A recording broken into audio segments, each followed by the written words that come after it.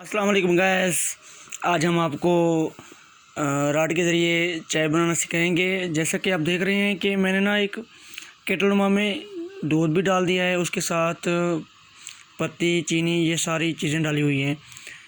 तो ये चाय सिर्फ 2 मिनट के अंदर अंदर ही पक जाती है। ये उन दोस्तों को मैं दिखा रहा हूँ जो हॉस्टल्स में रहते हैं, तो वो बआसानी अपनी चाय ख़ुद बना सकते हैं। तो इस तरह से वो बाहर से जो बार बार मंगवाते हैं वो भी नहीं ज़रूरत पड़ेगी उन्हें मंगवाने की।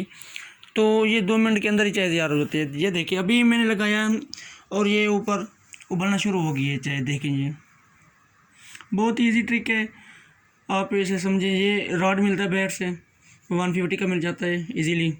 तो इसको आप इस्तेमाल करके अपनी चाय खुद बना सकते हैं। अब ये चाय तकरीबन ऑलमोस्ट 1 मिनट भी नहीं हुआ और तैयार हो गई। ये देखें अब। और जब ये ऊपर आने लगे तो इसको निकाल लेते हैं इसके स्विच को, और जब ये नीचे बैठ जाए इसका उबाल तो फिर लगा देते हैं। ये देखें आप, अब लगा देते हैं थोड़ा सा, ये दोबारा उबलना शुरू हो गई है। ये देखें, तो इस तरह से